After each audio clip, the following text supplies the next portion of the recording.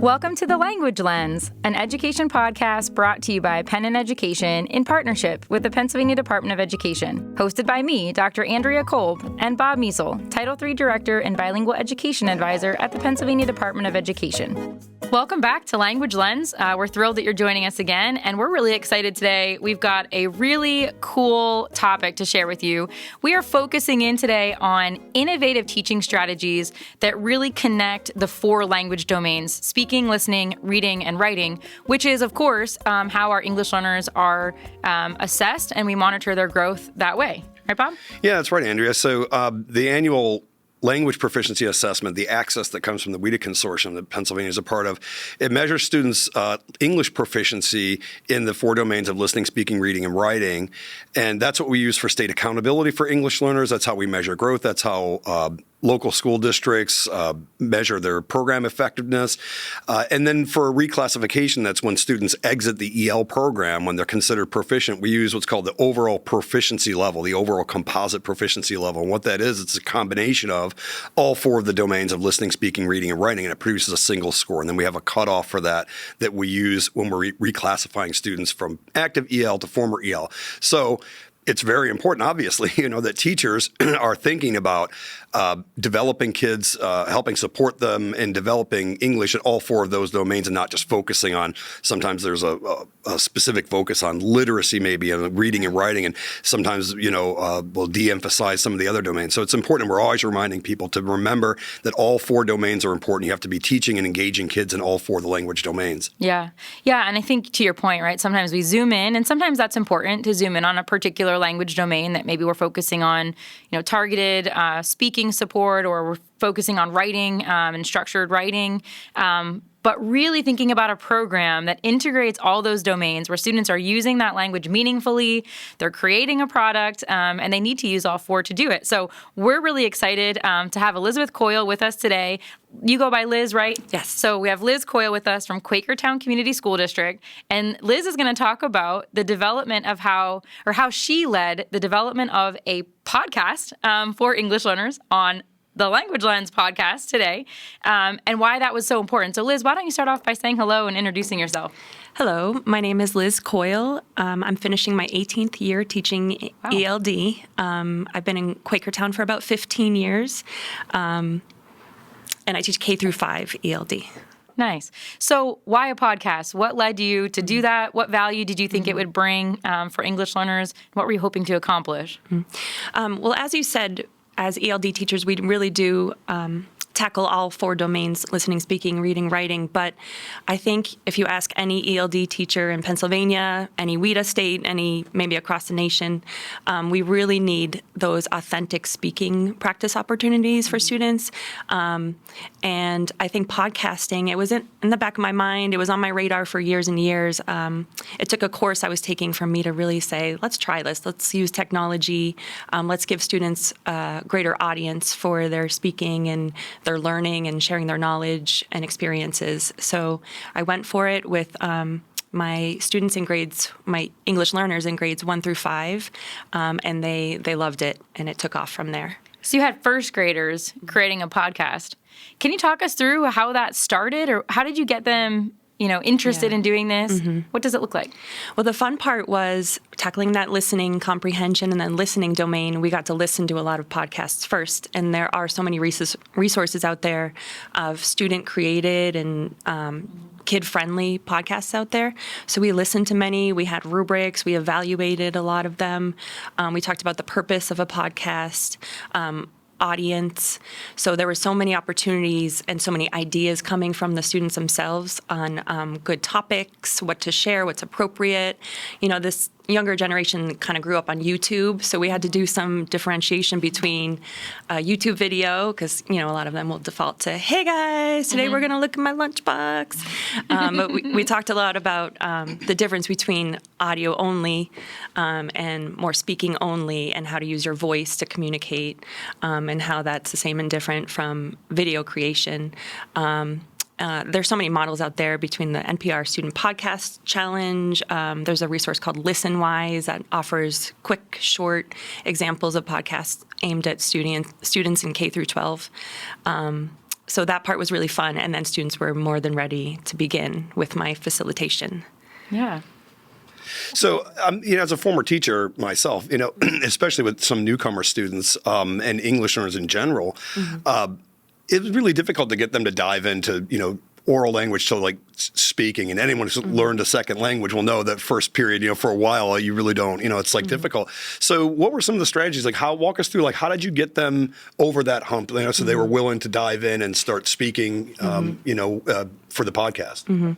Well, two strategies were really important. Number one is just like we would do for writing, we use graphic organizers a lot. And I would sometimes scribe for newcomer students or students more beginning level proficiency. And we would practice. And I would give lots of models, scaffolds, sentence frames, things like that. And we would practice with a lot of rehearsal. And the other thing is just focusing on that social language at first, especially with my newcomers or beginning level students. They wanted to sit with their friends and have a conversation. So it was more kind of informal topics or topics of their choice, what they like to do at recess, just building that kind of comfort with it. And once they saw that, then they were more willing to move into more content area topics or just longer podcast episodes. Yeah. Talk to me about the bilingual nature of it. Did you have students that were producing or at least organizing and then maybe producing in multiple languages? I did have students code switching a bit, especially my more beginning students and students talking about like their culture. They really wanted to share and even teach some words in their first language and some experiences. Like I had one student who her first podcast episode, I think she was in second grade, was about a trip to the Congo, which is her native country. And she was teaching the names of different foods you can order there in Lingala. So that was really neat. And she was even giving her audience encouragement, just do your best, just say it the best you can. And then I've had students in small groups when we kind of do more roundtable podcast episodes, definitely use some Spanish and use their first language and make jokes. I have a newcomer this year who loves to tell jokes in Spanish and in English. So we're going to record a podcast episode of just jokes and then maybe translation for the audience and see how that humor transfers or maybe doesn't transfer from one language to the next. That's an interesting concept, right? And I actually remember when I studied abroad in the Dominican Republic, one of the things that was most challenging for me was being funny. Not that I'm particularly hilarious naturally, but I couldn't tell jokes. I couldn't understand jokes. So I think that's a really interesting podcast that your student picked up. How long are the podcasts typically, like each episode? I usually tell students to aim for 3 to 5 minutes because I find that that's appropriate, and that's especially if they're planning and organizing with maybe an opinion or a thesis, if you will, to begin with, and then there's supporting evidence or supporting details. 3 to 5 minutes is usually appropriate. When we're doing more roundtable discussions, it could go between 7 and 10 minutes. That's the longest that we've done. My fifth graders at the end of the year like to do their favorite memories from elementary school, cool. And those might go a little longer. But usually around 5 minutes is appropriate for them. And do you select the topics for them, or do they pick the topics, or is it kind of a mix? For me, it was really important that students had ownership of this, especially as we got further into the project and students actually led our podcast club and opened it to the whole school. So they consult with me in the beginning, and we go over the organizer and do some planning together about their topic. But for the most part, I've been able to train them, give them some feedback, and they run with it and do it on their own or with a partner. There are topics that I want to include or topics that are relevant to what they're learning in class that I want to develop.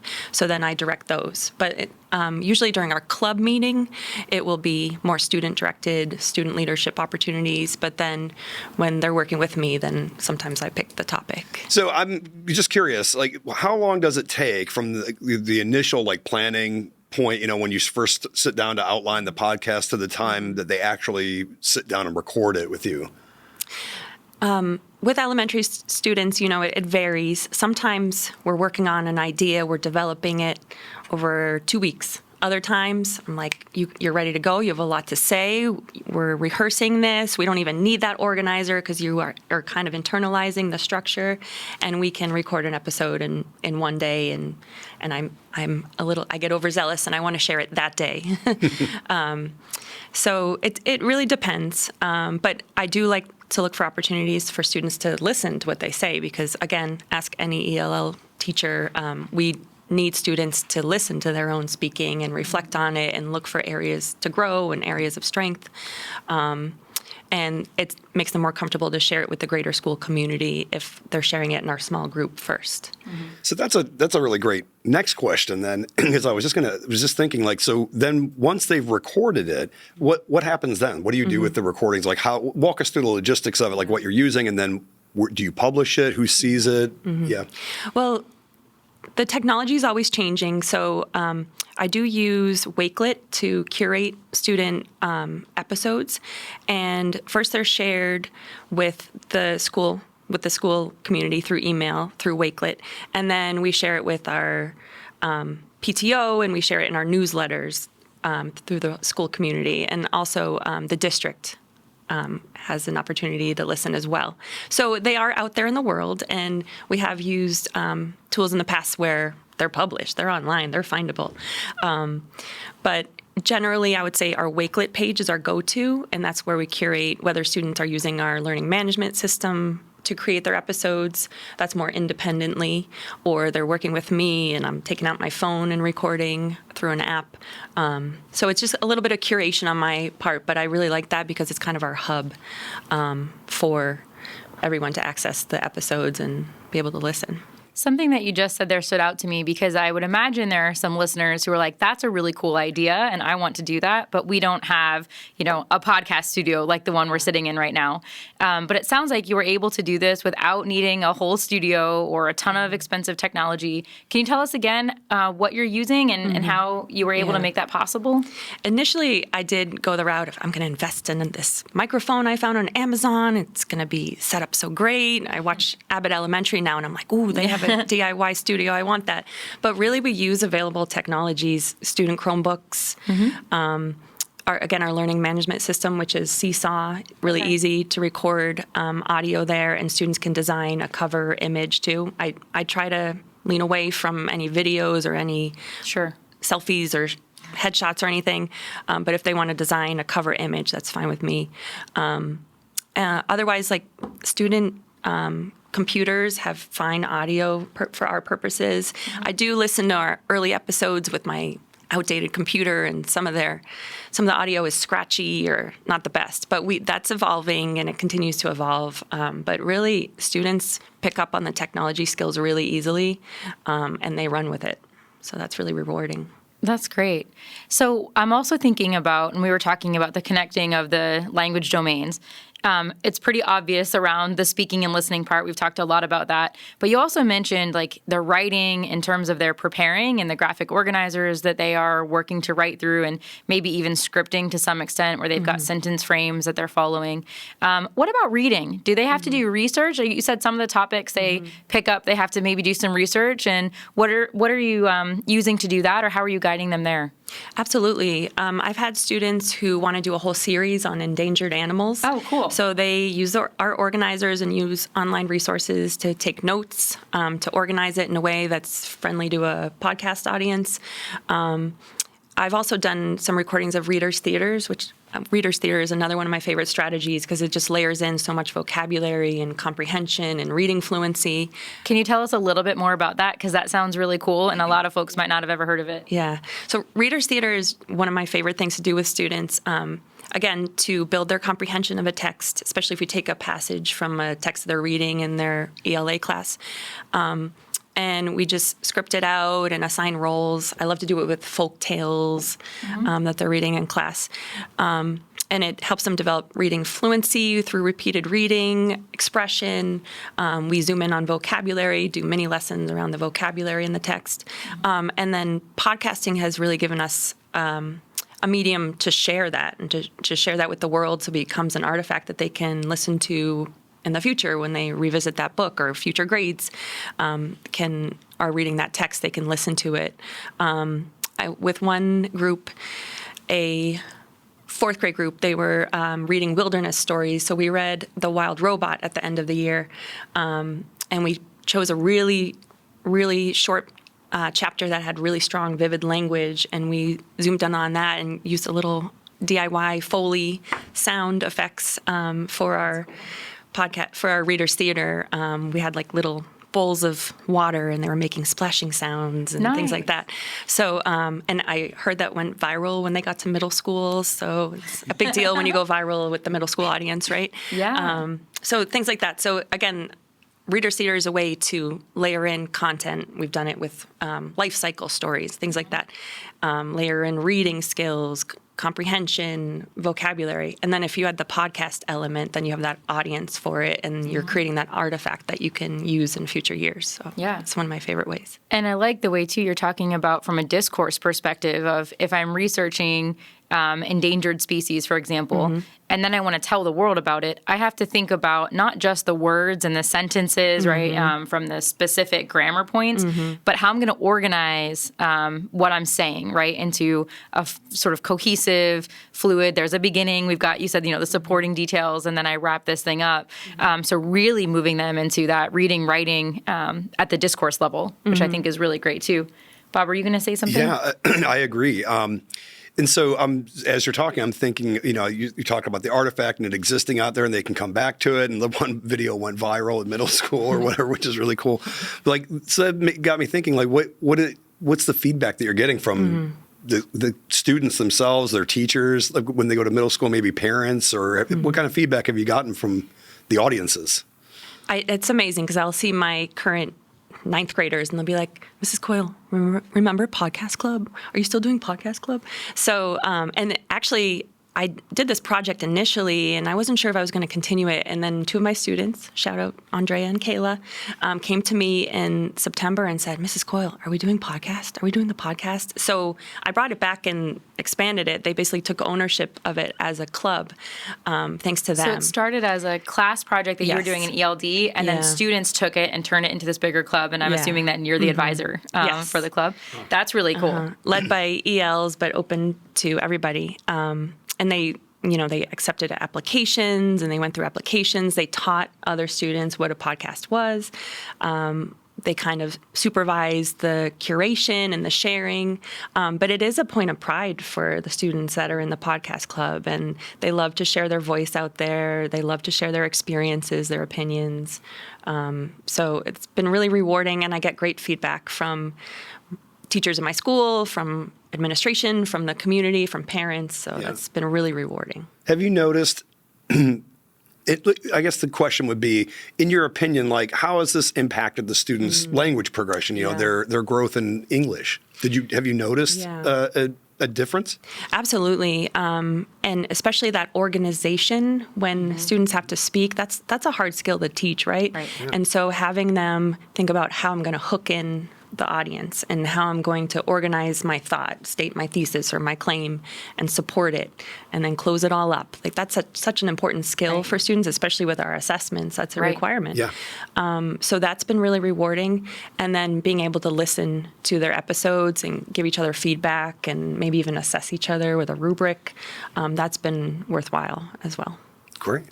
That's really, really exciting. I could probably ask 100 more questions, but given our time constraints, I think we'll kind of close things out. Is there anything else that we didn't ask you about that you would like to share with everyone?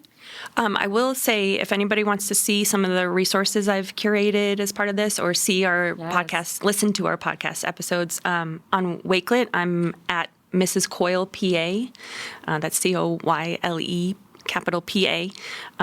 So anybody's welcome to message me through Wakelet or view the resources there. Great. And we'll put that link also in the one-pager that will accompany this episode. So the resources that you've created that can help other teachers if you're listening and thinking this is something you want to try.